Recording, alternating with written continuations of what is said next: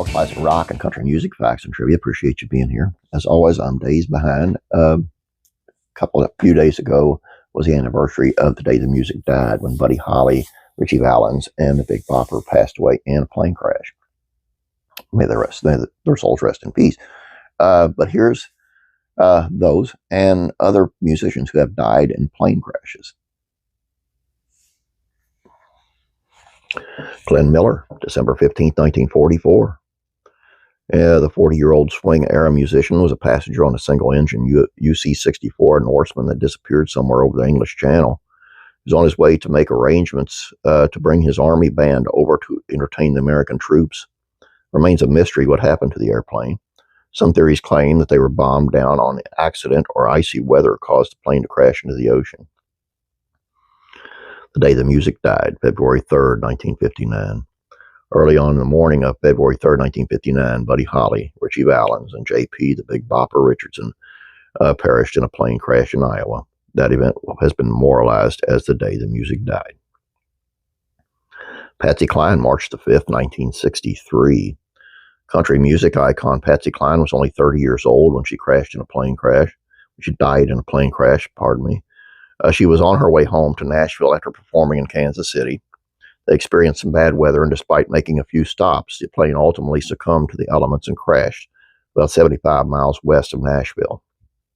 Cline, her manager, Randy Doris Hughes, and musicians Harold Franklin, Hank Shaw Hawkins, and Lloyd Estill Cowboy Copas all passed away.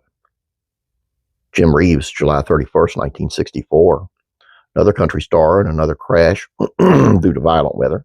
Jim Reeves was 40 when he died, flying his own airplane in a very similar crash to the one Cline experienced near Nashville. Otis Redding, December 10th, 1967.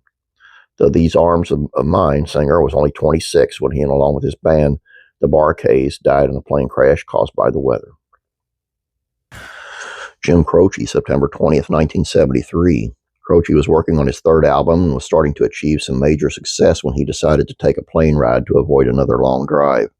A 30-year-old died in a crash in Natchitoches, Louisiana. I'm sorry if I didn't pronounce that right. While on tour after the airplane hit a pecan tree caused by the pilot error. Lynyrd Skynyrd, October 20th, 1977. Several members of the country rock band Lynyrd Skynyrd died just 3 days after their album Street Survivors was released. The investigation showed that the crash was due to running out of fuel because the pilot did not check the fuel status before departing. Lead singer Ronnie Van Zant, guitarist Steve Gaines, and backup singer Cassie Gaines were all killed in Gillsburg, Mississippi. Ricky Nelson, December 31st, 1985. Singer and son of Ozzie and Harriet Nelson died at the age of 45. The plane was trying to make an emergency landing in DeKalb, Texas, because of his interior fire, reportedly caused by a defective heater. The pilot and co-pilot survived, but the 7 passengers all passed away. Stevie Ray Vaughan, August the 27th, 1990. 35-year-old Stevie Ray Vaughan was working on his solo career after being David Bowie's guitarist. He died in a helicopter crash in East Troy, Wisconsin, after performing at Alpine Valley with Eric Clapton, and the helicopter crashed into a ski hill due to pilot error. It's been rumored that Clapton was also supposed to be on board, but got pulled away for a phone call. Randy Rhoads, March 19, 1982.